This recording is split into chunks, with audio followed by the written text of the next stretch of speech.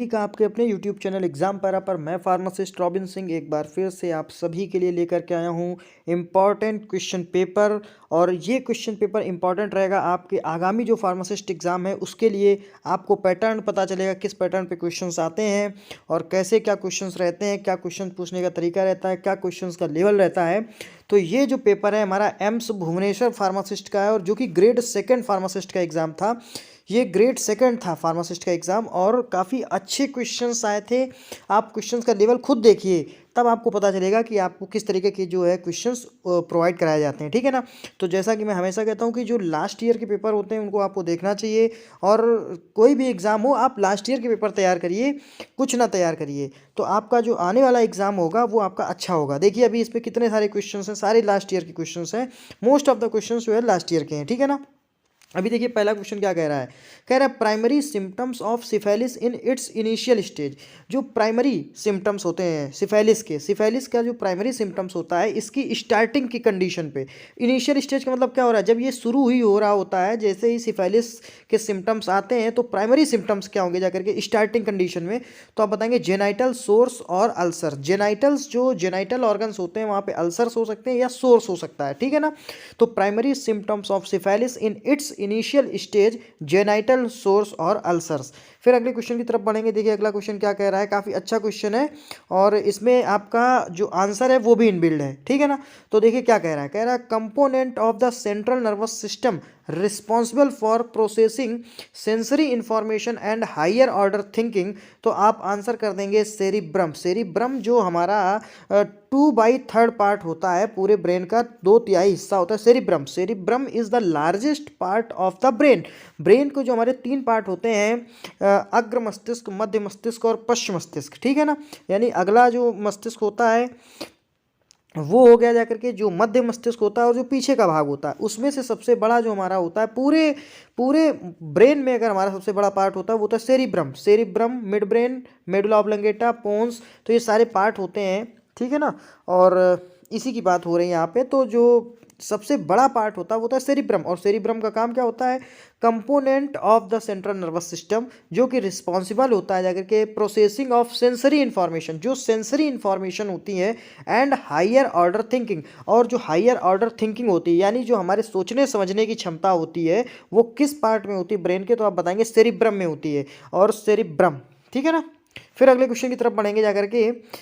COI stands for in legal ethics. तो होता क्या है कि जो ये देखिए यहाँ पे आपसे जो है पूछ लिया गया फुल फॉर्म, COI का फुल फॉर्म बताना है लीगल एथिक्स में। एक ये एथिक्स, लीगल एथिक्स करके एक ये इसमें फार्मासिस्ट के एग्ज़ाम में एक थोड़ा सा नया सब्जेक्ट जोड़ा गया है लीगल एथिक्स करके, ठीक है ना। तो इसी का एक क्वेश्चन आपको बनना है कि कॉन्फ्लिक्ट ऑफ इंटरेस्ट, ठीक है ना, इसका फुल फॉर्म क्या होगा जाकर के। तो ये इसके क्वेश्चंस आपको तैयार करने हैं, ठीक है ना। ये क्वेश्चंस अब आपको आगामी एग्जाम में यहीं से मिलेंगे। तो ये जो एथिक्स वाला पोर्शन है, फार्मास्यूटिकल एथिक्स करके कोई एक अभी नया सब्जेक्ट कुछ एक जुड़ा है, अभी एग्जैक्ट मुझे नहीं पता है, लेकिन ये जो एथिक्स का जो सब्जेक्ट है इसके जो है आपको क्वेश्चन तैयार करने हैं। और इसमें आपसे पूछा गया है COI का मतलब क्या है, तो conflict of interest. Conflict of interest full form है COI का लीगल एथिक्स में, ठीक है ना। तो लीगल एथिक्स में COI का फुल फॉर्म क्या होगा जाकर के, कॉन्फ्लिक्ट ऑफ इंटरेस्ट, ठीक है ना। क्वेश्चन नंबर 4 पे चलेंगे। SSRI stand for. देखिए कितने सरल सरल क्वेश्चन आपसे पूछे गए हैं। कितनी बार मैंने बताया SSRI का, काफ़ी बार बताया, हर एक वीडियो में लगभग बता ही देते हैं जहाँ पे इसका क्वेश्चन आता है। तो इसका मतलब होता है selective serotonin reuptake inhibitor, selective serotonin reuptake inhibitor. और इस क्लास की जो ड्रग्स होती हैं उसमें आ जाता है आपका फ्लक्सेटिन, फ्लक्सेटिन आ जाएगा जाकर के, एसिटाइलोप्राम आ जाएगा जाकर के, ठीक है ना, डेपोक्सिटिन आ जाएंगे जाकर के, ठीक है। तो यहाँ पे ये सब कुछ फार्मूले हैं, कुछ साल्ट हैं जो कि आ जाते हैं SSRI कैटेगरी में, ठीक है ना। फिर अगले क्वेश्चन की तरफ बढ़ेंगे जाकर के।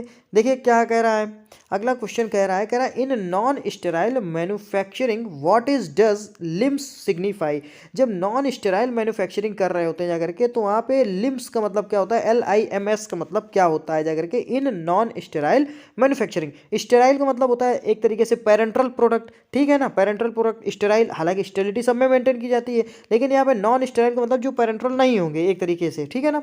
तो LIMS का मतलब क्या होता है जाकर के, इसका मतलब हो गया जाकर के लेबोरेटरी इंफॉर्मेशन मैनेजमेंट सिस्टम। क्या हो गया जाकर के, laboratory information management system. AIIMS Bhubaneswar का जो एग्ज़ाम हुआ था, इसमें आपसे से ज़्यादा शॉर्टकट पूछे गए थे। शॉर्टकट बताना है, नए नए शॉर्टकट इन्होंने बना दिए और वो आपसे पूछे गए। तो यहाँ पे क्या है, laboratory information management system. Laboratory information management system, ये फुल फॉर्म है किसका, नॉन स्टेराइल मैन्युफैक्चरिंग में LIMS का। ठीक है ना। फिर अगले क्वेश्चन की तरफ बढ़ेंगे। क्वेश्चन नंबर 6 देखिए क्या कह रहा है। देखिए क्या कह रहा है, कह रहा है tele pharmacy primarily used for, जो टेली फार्मेसी होती है उसको हम लोग प्राइमरी किस कंडीशन पे इस्तेमाल करते हैं, तो रिमोट मेडिकेशन डिस्पेंसिंग होता है जाकर के। Tele pharmacy primarily used for remote medication dispensing, remote medication dispensing. तो इसको आप इस तरीके से समझ सकते हैं, इस समय ट्रेंड चल रहा है कि घर बैठे बैठे आप कंप्यूटर के माध्यम से किसी भी डॉक्टर से जुड़ सकते हैं, और वो डॉक्टर आपसे मीलों दूर बैठा होगा, किलोमीटर्स दूर बैठा होगा जाकर के। ठीक है ना। तो वहाँ से आप डायरेक्ट बात कर सकते हैं, अपनी बात बता सकते हैं। तो एक तरीके से टेली फार्मेसी उसी के बारे में बात कर रही है। ठीक है ना। फिर क्वेश्चन नंबर 7 की तरफ चलेंगे जाकर के। देखिए क्या कह रहा है, कह रहा है CNS comprise 2 major component. Central nervous system में 2 मेजर कंपोनेंट होते हैं, वो क्या क्या होता है, ब्रेन एंड स्पाइनल कॉर्ड। क्या क्या होता है जाकर के, ब्रेन एंड स्पाइनल कॉर्ड। ठीक है ना। ब्रेन एंड स्पाइनल कॉर्ड, ये सेंट्रल नर्वस सिस्टम में 2 मेजर कंपोनेंट हैं। ठीक है ना।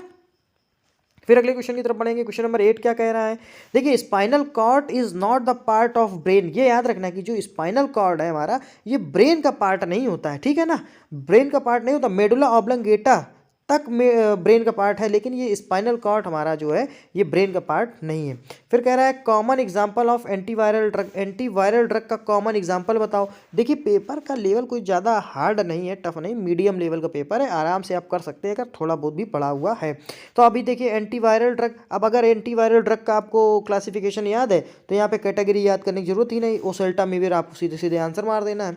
ठीक है ना। ओसेल्टामिविर, तो यहाँ पे क्या बेसिक आपको सारे केमिकल्स पता होने चाहिए कि इस केमिकल का यूज़ कहाँ पे करेंगे। अभी देखिए ओसेल्टामिविर है, एसाइक्लोविर, फैमसाइक्लोविर, गैनसाइक्लोविर, ये सब क्या एंटीवायरल ही हैं दवाएं। ठीक है ना। अगले क्वेश्चन की तरफ बढ़ेंगे जाकर के। देखिए अगला क्वेश्चन क्या कह रहा है, क्वेश्चन नंबर 9 क्या कह रहा है। देखिए क्या कह रहा है, कह रहा है कि common excipient used in powdered medication to improve flowability and prevent caking. Common excipient जो हम लोग डालते हैं इन पाउडर्ड मेडिकेशन, कोई भी मेडिकेशन जो पाउडर के फॉर्म में है उसमें हम लोग कौन सा ऐसा कॉमन एक्सिपिएंट डाल देते हैं जिससे क्या होता है, उसकी फ्लोबिलिटी इंप्रूव हो जाती है, फ्लो जो होता है उसका इंप्रूव हो जाता है, एंड प्रिवेंट केकिंग, और वो केक जो है नहीं बनाता है, केक को प्रिवेंट कर देता है कि केक नहीं बनेगा। ऐसा कौन सा कंपाउंड कॉमन होता है, तो आप बता दीजिए। ये होता है जाकर के हमारा ग्लाइडेंट होता है जाकर के। ग्लाइडेंट आपको याद होगा, टैबलेट में हम लोग ग्लाइडेंट डालते हैं, जब ग्लाइडेंट डाल देते हैं तो वो जो फ्रिक्शन होता है उस फ्रिक्शन को कम कर देते हैं। ये चिकने होते हैं, चिकनाहट प्रोवाइड करवाते हैं जाकर के। तो ऊपर से आपने ग्रेन्यूल्स डाले तो ग्रेन्यूल्स फिसलते हुए नीचे आ गए। ठीक है ना। तो ये होता है ग्लाइडेंट। ठीक है ना। फिर क्वेश्चन नंबर 10 की तरफ चलेंगे जाकर, देखिए क्या कह रहा है, कह रहा है organ produce hydrochloric acid and pepsin for protein digestion. कौन सा ऑर्गन है जो प्रोड्यूस करता है हाइड्रोक्लोरिक एसिड को और पेप्सिन प्रोटीन को डाइजेस्ट करने के लिए जरूरत होता है। ठीक है ना। तो प्रोटीन के डाइजेशन के लिए हाइड्रोक्लोरिक एसिड और पेप्सिन का सिक्रीशन कौन सा ऑर्गन करता है, तो आप बता दीजिए कि स्टमक होता है। स्टमक जो है हाइड्रोक्लोरिक एसिड को सिक्रीट आउट करता है और साथ ही साथ पेप्सिन को भी सिक्रीट आउट करता है, जो कि रिक्वायर्ड होता है। पेप्सिन एक एंजाइम होता है जो कि रिक्वायर्ड होता है किसके लिए, प्रोटीन के डाइजेशन के लिए। फिर अगले क्वेश्चन की तरफ बढ़ेंगे। क्वेश्चन नंबर 11 देखिए क्या कह रहा है, ये भी अच्छा क्वेश्चन है। Common application of computers in clinical decision support system, CDSS, इसका फुल फॉर्म क्या होगा, CDSS यानी clinical decision support system. Clinical decision support system CDSS। तो कह रहा है कॉमन एप्लीकेशन क्या है कंप्यूटर में CDSS के लिए, क्लिनिकल डिसीजन सपोर्ट सिस्टम के लिए, तो प्रोवाइडिंग ड्रग इंट्रैक्शन अलर्ट। तो ये क्या करता है, जो ड्रग का इंट्रैक्शन होता है जाकर के, ठीक है ना, उसके अलर्ट ये आपको प्रोवाइड करा देगा कि ये ड्रग अगर आप मिलाएंगे, ड्रग A और ड्रग B मिला देंगे तो हो सकता है ये सिनर्जिस्टिक एक्शन कर दे, हो सकता है एंटागोनिस्टिक एक्शन कर दे। ठीक है ना। तो ये जो है या एडिशन कर दे जा करके मेडिसिन का, ठीक है ना, या ड्रग इंट्रैक्शन करके कोई टॉक्सिक इफेक्ट बना दे या कोई बेनिफिशियल इफेक्ट कर दे। तो कह रहा है ड्रग का जो भी इंट्रैक्शन है ना, ये उसको इंडिकेट करता है जो हमारा कॉमन एप्लीकेशन होता है जाकर के कंप्यूटर में, जिसको कहते हैं क्लिनिकल डिसीजन सपोर्ट सिस्टम। फिर क्वेश्चन नंबर 12 की तरफ चलेंगे। देखिए क्या कह रहा है, RPC full form in legal ethics. देखिए लीगल एथिक्स, ये मैंने अभी बताया कि लीगल एथिक्स के मैं आपको क्वेश्चंस जो इस क्वेश्चन पेपर में सारे एक साथ नोट करके आपको प्रोवाइड करवा दूंगा। और इन क्वेश्चंस को आप लोग रट लेना, चूँकि आगामी जो फार्मासिस्ट के एग्ज़ाम है, जो आने वाले फार्मासिस्ट के एग्ज़ाम है, उसमें आपको ये क्वेश्चंस अगर आए तो आप कर लीजिए, ठीक है। और कोई भी नया क्वेश्चन नहीं बनेगा, यही पुराने क्वेश्चन रिपीट होते हैं। तो अगर लीगल एथिक्स के क्वेश्चन उठाए जाएंगे तो यहीं से उठाए जाएंगे, ठीक है ना। तो इनको आप रट लीजिए, या मैं आपको खुद ही जो है एक अलग से वीडियो दे दूंगा इनका, ठीक है। यहाँ पे क्या, rules of professional conduct, RPC का मतलब क्या होता है, जाकर के रूल्स ऑफ प्रोफेशनल कंडक्ट, क्या मतलब होता है, rules of professional conduct. Rules of professional conduct, RPC का फुल फॉर्म होता है लीगल एथिक्स में रूल्स ऑफ प्रोफेशनल कंडक्ट। फिर क्वेश्चन नंबर 13 पे चलेंगे, what hormone regulate the bodies circadian rhythms and sleep wake cycle. कह रहा है कौन सा हार्मोन्स ऐसा होता है बॉडी के अंदर जो बॉडी की सर्केडियन रिदम्स को और जो स्लीप वेक साइकिल है, यानी सोने की और जगने की साइकिल है, इसको मेंटेन करता है। सर्केडियन रिदम का मतलब हो गया जैसे एक तरीके से बायोलॉजिकल जो सिस्टम होता है बॉडी का, जैसे कि आप रात में 10 बजे सोए तो सुबह आपकी आँख 4 बजे अपने आप खुल जाती है, ठीक है ना। या आप हाँ, और आपका जो डेली बेसिस के कार्य हैं आप उसी टाइम पे करते हैं। जैसे आप सपोज दैट इसमें क्या आ जाएगा, जैसे आप फ्रेश होने गए, ठीक है ना, तो फ्रेश होने गए तो कुछ लोग कहते हैं कि मुझे कॉन्स्टिपेशन हो जाता है, अगर मैं टाइम से नहीं जाता हूँ तो फ्रेश नहीं हो पाता हूँ। तो ये क्या, ये एक तरीके से बायोलॉजिकल क्लॉक का काम होता है ना। बायोलॉजिकल क्लॉक का मतलब अगर आपको 8 बजे जाना है फ्रेश होने, तो आप 8 बजे जाएंगे तभी अच्छे से फ्रेश हो पाएंगे, ठीक है। एक एग्जाम्पल है, अगर 8 बजे के बाद आप गए तो हो सकता है आपको मतलब प्रॉपर जो है आपकी बॉवेल्स जो है वो साफ़ ना हो, ठीक है ना। तो इसी को कहते हैं सर्केडियन रिदम। जैसे रात में सो गए तो सुबह 4 बजे अपने आप आँख खुल जाएगी, ठीक है। ये सब कुछ होता है सर्केडियन रिदम, भले ही आप कितने भी अंधेरे में लेटे हों। तो इसको कहते हैं बायोलॉजिकल क्लॉक। तो इसके लिए कौन सा हार्मोन्स जो है रिस्पॉन्सिबल होता है, बता देना, मेलाटोनिन, ठीक है ना, मेलाटोनिन। तो मेलाटोनिन हार्मोन से होता है, पीनियल ग्लैंड से सिक्रीट आउट होता है जाकर के, पीनियल ग्लैंड से सिक्रीट आउट होता है जाकर के। जंतुओं में स्किन के कलर को भी ये जो है निर्धारित करता है, स्किन का कलर जो है, ठीक है ना, जो बॉडी का जो कलर होता है उसके लिए भी मेलाटोनिन हार्मोन्स हमारा रिस्पॉन्सिबल होता है, ठीक है ना, जो डार्क कलर होता है बॉडी का, है ना। तो ये हो गया जाकर के, तो जंतुओं में कलर का निर्धारण करता है और साथ साथ बायोलॉजिकल जो क्लॉक है उसके बायोलॉजिकल क्लॉक को सेट भी करता है, सर्केडियन रिदम को भी जो है कंटिन्यू करता है, साइकिल को मेंटेन बनाए रखता है। फिर क्वेश्चन नंबर 14 क्या कह रहा है, कह रहा है कि liquid oral doses form typically consist of a mixture of oil and water and required shaking before use। कह रहा है ऐसा कौन सा लिक्विड ओरल डोजेस फॉर्म है, लिक्विड भी होगा, ओरली आप लेंगे जाकर के, जिसको हम लोग कहते हैं जो जिसमें क्या होता है, मिक्सचर होता है ऑयल का और वाटर का, ठीक है। एंड रिक्वायर्स, और ज़रूरत होती है शेकिंग बिफोर यूज़ की, मतलब इसको यूज़ करने से पहले जो ऑयल और वाटर का मिक्सचर है इसको आप शेक कर लें, हिला लीजिए पहले अच्छी तरीके से, फिर इसको यूज़ करिए। तो लिक्विड ओरल डोजेस फॉर्म कौन सा होता है जाकर के, तो इमल्सन इसको कहते हैं जाकर के। क्या कहते हैं, इमल्सन। इमल्सन का मतलब ही होता है जाकर के O/W टाइप ऑफ फेज, दो तरीके के होते हैं, एक ऑयली फेज होता है, एक वाटर फेज होता है, ठीक है ना। ऑयली जिसमें वाटर फेज ज़्यादा हो गया उसको कहते हैं O/W टाइप ऑफ इमल्सन, जिसमें ऑयल ज़्यादा हो गया उसको कहते हैं W/O टाइप ऑफ इमल्सन। इसमें यहाँ पे एक में मोनोवेलेंट बेस का इस्तेमाल होता है, एक में डाइवेलेंट बेस का इस्तेमाल होता है जाकर के। फिर अगले क्वेश्चन की तरफ पढ़ेंगे। क्वेश्चन नंबर 15 क्या कह रहा है, कह रहा है which vitamin is often referred to as the sunshine vitamin. तो कह रहा है जाकर के, अभी देखिए पूरा क्वेश्चन देखिए, इस पूरे क्वेश्चन में ही आपको आंसर मिल जाएगा। पूरा क्वेश्चन क्या कहा था, एम्स में क्या पूछा गया था भुवनेश्वर में, which vitamin is often referred to as the sunshine vitamin because the body can produce it when the skin is exposed to sunlight. कह रहा है बॉडी इसको तभी प्रोड्यूस कर पाएगी जब आपकी बॉडी सनलाइट के संपर्क में आएगी जाकर के, तभी ये बॉडी से प्रोड्यूस होगा। तो ये विटामिन डी होता है, ठीक है ना, या बच्चे को पता है कि विटामिन डी होता है। तो दोस्तों अगर आपको ये वीडियो अच्छा लग रहा हो तो प्लीज़ हमारे इस चैनल एग्जाम पैरा को सब्सक्राइब करें, वीडियो को लाइक करें और अपने दोस्त तक जरूर शेयर करें। बढ़ेंगे अगले क्वेश्चन की तरफ। देखिए क्वेश्चन नंबर 16 क्या कह रहा है, काफ़ी अच्छा क्वेश्चन है। Which type of surgical dressing is commonly used to absorb moderately exudating wounds and maintain a moist environment. कह रहा है किस तरीके का सर्जिकल ड्रेसिंग का हम लोग इस्तेमाल करते हैं जब मॉडरेटली कहीं घाव हो जाए, वुंड हो जाए, और उस जगह पे क्या होता है कि हमें नमी बना के रखनी होती है, थोड़ा सा वो जो है नमी मेंटेन बनी रहे, मतलब मॉइस्ट, वहाँ पे मॉइस्ट वाला एनवायरनमेंट बना रहे उस वुंड की जगह पे। तो वो किस तरीके का हाइड्रोकोलाइड ड्रेसिंग हम लोग करते हैं, किस तरीके की ड्रेसिंग करते हैं, हाइड्रोकोलाइड ड्रेसिंग। तो हाइड्रोकोलाइड ड्रेसिंग कब करेंगे जाकर के, जब हमें जो वुंड, जो घाव है उसको ड्रेसिंग करना हो, साथ ही साथ जो घाव हमारा है वो सूखने ना पाए, हल्का सा मॉइस्ट इन्वायरमेंट बना रहे, तो उसके लिए हाइड्रोकोलाइड ड्रेसिंग करते हैं। क्वेश्चन नंबर 17 की तरफ चलेंगे। देखिए काफ़ी अच्छा क्वेश्चन है, ये इंपॉर्टेंट क्वेश्चन है, इसको नोट कर लीजिए। वैसे इस पेपर में जो भी क्वेश्चन है सारे इंपॉर्टेंट है, लेकिन ये कुछ ज़्यादा इंपॉर्टेंट है, काफ़ी जगह आया हुआ है। In the context of drying process के संदर्भ में कह रहा है what is lyophilization commonly known as. Lyophilization को हम लोग कॉमनली किस नाम से जानते हैं ड्राइंग प्रोसेस में? तो आप बता देंगे करके फ्रीज ड्राइंग के नाम से जानते हैं। किस नाम से जानते हैं? Freeze drying. तो फ्रीज ड्राइंग का दूसरा नाम क्या है? Lyophilization. Lyophilization is the second name of freeze drying. तो इतना याद रखना है कि लाइपोफिलाइजेशन का दूसरा नाम क्या है, आप बताएंगे फ्रीज ड्राइंग, बस इतना ही याद करना है। क्वेश्चन नंबर 18 पे चलेंगे जाकर के, देखिए क्या कह रहा है, काफी अच्छा क्वेश्चन है। Minerals is essential for maintaining strong bones and teeth and is commonly found in dairy product. कह रहा है ऐसा कौन सा मिनरल्स होता है जो कि एसेंशियल, जो कि जरूरी है for maintaining strong bones, bones को स्ट्रॉन्ग करने के लिए, एंड टीथ को स्ट्रॉन्ग करने के लिए, and is commonly found in dairy product, जो कि डेयरी के प्रोडक्ट में मिलता है। अब बताओ, जब इतना सब कुछ तुम्हें सिम्टम्स, जितना इतना हिंट दे देंगे, अगर फिर भी ना बता पाओ तो भैया कौन क्या करे? बताओ, कितना हिंट दे दिया कि डेयरी प्रोडक्ट में मिलता है। आप चले जाओ तो कैल्शियम है डेयरी प्रोडक्ट में, आप दूध लेने जाते हो, दूध ले आओ, पनीर ले आओ, तो ये क्या कैल्शियम मिलता है? भैया कैल्शियम की बात हो रही, ठीक है ना। क्वेश्चन नंबर 19 क्या कह रहा है, देखिए क्या कह रहा है। कह रहा है in compounding pharmacies what is a critical consideration when working with powdered medication. कह रहा है इन कंपाउंडिंग फार्मेसीज का मतलब जहाँ पे हम लोग अभी भी नाप तौल करके दवा देते हैं। कह रहा है what is a critical consideration when working with powdered medication. तो जब पाउडर्ड मेडिकेशन के साथ हम लोग काम कर रहे होते हैं तो क्या हमें ध्यान देना चाहिए, कुल मिलाकर के ये पूछ रहा है। तो बताना है आपको कि minimising exposure to airborne particles. वहाँ पे क्या होता है कि जो भी पाउडर होता है, जाकर जिस पाउडर को हम लोग डिस्पेंस कर रहे हैं उस पर क्या होता है कि उसको हमें एक्सपोज करना, एयर से एक्सपोज कम करना चाहिए, है ना।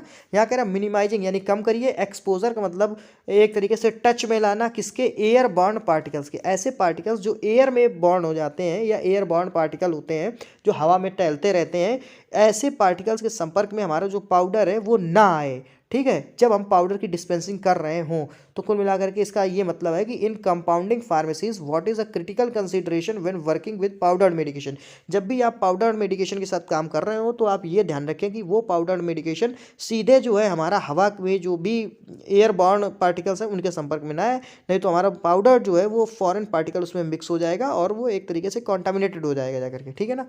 फिर क्वेश्चन नंबर 20 क्या कह रहा है, देखिए क्वेश्चन नंबर 20 कह रहा है कि primary purpose of adding alcohol to a liquid oral doses form such as tincture to preserve the medication. देखिए यहाँ पे आंसर भी इसका दे दिया गया। कह रहा है primary purpose of adding alcohol, alcohol को हम लोग जब ऐड करते हैं किस में, प्राइमरी पर्पस इसका क्या होता है, इसका प्राथमिक जो हमारा मतलब क्या पर्पस होता है, इसको ऐड करने का क्या उद्देश्य होता है? लिक्विड ओरल डोजेस फॉर्म में, कोई भी लिक्विड ओरल डोजेस फॉर्म है, ठीक है, जैसे कि टिंक्चर हो गया, उसमें हम लोग एल्कोहल डाल देते हैं, तो उस एल्कोहल को डालने का टिंक्चर में क्या रोल होता है एल्कोहल का? तो आप बताएंगे टू प्रिजर्व द मेडिकेशन। तो जो मेडिकेशन होती है, जो टिंक्चर में हमारी मेडिसिन होती है, उसको प्रिजर्व करने के लिए, उसको सुरक्षित रखने के लिए हम लोग डाल देते हैं एल्कोहल, ठीक है ना। फिर क्वेश्चन नंबर 21 की तरफ चलेंगे जाकर के, देखिए क्या कह रहा है। क्वेश्चन नंबर 21 कह रहा है which type of surface infection is caused by a fungus and often affect the feet leading to itching and peeling skin. अभी देखिए क्या कह रहा है, which type of surface infection, किस तरीके का सरफेस इन्फेक्शन हो जाता है इस कॉज्ड बाय अ फंगस, जब कोई फंगस कॉज कर देता है। ऑफन अफेक्ट द फीट, जो अफेक्ट करता है जाकर के फीट पैरों को, लीडिंग टू इचिंग जो कि बढ़ावा दे देता है इचिंग को, एंड पीलिंग स्किन। तो मतलब किस तरीके का फंगल इन्फेक्शन होता है, तो बस इसमें सीधे सीधे यही दिया था आंसर में कि फंगल इन्फेक्शन होता है, ठीक है। जैसे टीनिया पेडीज हो जाता है जाकर के, टीनिया पेडीज, तो इस तरीके का यहाँ पे नहीं दिया था टीनिया पेडीज, होता क्या है? फंगल इन्फेक्शन होता है। यहाँ पे सीधे सीधे दे दिया कि ये फंगल इन्फेक्शन ही होता है। देखिए क्वेश्चन में ही आंसर दे रखा है। कभी कभी इतने सरल क्वेश्चन आपसे पूछ लिए जाते हैं, हो सकता है कि आपने इसका फॉर्म ना डाला हो। जिस फार्मासिस्ट एग्जाम का आप फॉर्म नहीं डालेंगे वो समझ लो हलवा आएगा पेपर, ठीक है। तो इसीलिए कहते हैं सबके फॉर्म डालो और जो भी डालते रहो, पेपर देते रहो, तुम्हारा सिलेक्शन हो जाएगा कहीं ना कहीं पक्का। अब देखो इसमें कह रहा है in the digestive system what is the primary function of the small intestine. जो छोटी आंत होती है डाइजेस्टिव सिस्टम में, पाचन तंत्र में छोटी आंत का रोल क्या है, बस ये पूछ रहा है स्मॉल इंटेस्टाइन का रोल क्या है। तो आप बता दो एब्जॉर्बिंग न्यूट्रिएंट्स, यहाँ पे थोड़ा सा ये मिसप्रिंट है, न्यूट्रिएंट्स को एब्जॉर्ब करना काम होता है हमारा स्मॉल इंटेस्टाइन का, ठीक है ना। जो भी आप कार्बोहाइड्रेट्स, प्रोटीन, लिपिड्स, विटामिन्स जो भी है वो सब एब्जॉर्ब कर लेती है हमारी स्मॉल इंटेस्टाइन, और कुछ विटामिन्स को और मिनरल्स को एब्जॉर्ब करती है हमारी लार्ज इंटेस्टाइन।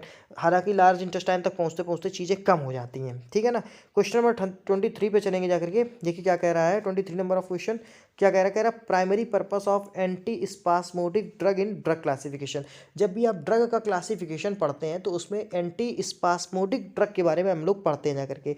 तो हम लोग क्यों पढ़ते हैं भाई, क्या पर्पस होता है, ताकि हम ये जान पाए कि एंटी स्पास्मोडिक ड्रग का मतलब हो गया ऐसी ड्रग जो कि मरोड़ में, क्रैम्प्स में, ठीक है, इस्तेमाल होती हैं, तो उसको कहते हैं जाकर के एंटी स्पास्मोडिक ड्रग। देखिए यहाँ पे आंसर क्या दिया गया था जाकर के, कह रहा है to relieve muscles spasm and cramps. तो वही बात है, मसल्स में जो स्पास्म की कंडीशन हो जाती है, जो ऐठन टाइप की कंडीशन होती है, एंड क्रैम्प्स, है ना, तो इसी को जो है जाकर के सही करता है एंटी स्पास्मोडिक ड्रग, जैसे कि मेफेनेमिक एसिड, डाइसाइक्लोमिन, ये सब आप लोग पढ़ते ही हैं, है ना। तो फिर अगले क्वेश्चन की तरफ बढ़ेंगे। 24 नंबर ऑफ क्वेश्चन क्या कह रहा है, financial instrument represent ownership in a company. Financial instrument जो कि रिप्रेजेंट करती हो ऑनरशिप किसी भी कंपनी में, वो क्या है, तो आप बताएंगे स्टॉक। स्टॉक का मतलब क्या हो गया जाकर के, financial instrument represent ownership in a company. किसी भी कंपनी में ऑनरशिप को रिप्रेजेंट करने के लिए जो फाइनेंशियल इंस्ट्रूमेंट होता है वो होता है हमारा स्टॉक। ये क्वेश्चन इन लोगों ने, ये आंसर जो है इसका कैरी किया था। फिर 25 नंबर ऑफ क्वेश्चन देखिए क्या कह रहा है, कह रहा है duty of a candour in legal ethics. देखिए लीगल एथिक्स का फिर ये हमारा एक क्वेश्चन आ गया कि duty of candour in legal ethics. Legal ethics में ड्यूटी ऑफ कैंडर क्या होता है, truthfully representing facts and evidence to, समझना, duty of candour in legal ethics, truthfully representing facts and evidence to the court. तो ये क्या होता है जाकर के, किसी भी कैंडर की जो लीगल एथिक्स में ड्यूटी क्या होती है जाकर के, कि ट्रुथफुल्ली, यानी उसको सच्चाई के साथ रिप्रेजेंट करिए आप अपने फैक्ट को, एंड एविडेंस, जो भी आपका सबूत है, कोर्ट के सामने, ठीक है ना। तो ये होता है जाकर के duty of a candour in legal ethics. तो दोस्तों ये थे हमारे आज के 25 क्वेश्चंस, ये पहला पार्ट था। अगले 25 क्वेश्चन आपको अगले नेक्स्ट डे मिल जाएंगे जाकर के। तो 4 पार्ट में आपका ये 100 क्वेश्चंस कवर हो जाएंगे, ठीक है। और अगर आपको ये वीडियो अच्छा लग रहा हो तो प्लीज़ हमारे इस चैनल एग्जाम पैरा को सब्सक्राइब करें, चैनल को, और वीडियो को लाइक करें और अपने दोस्तों तक शेयर करें। Thanks for watching the video, thank you so much.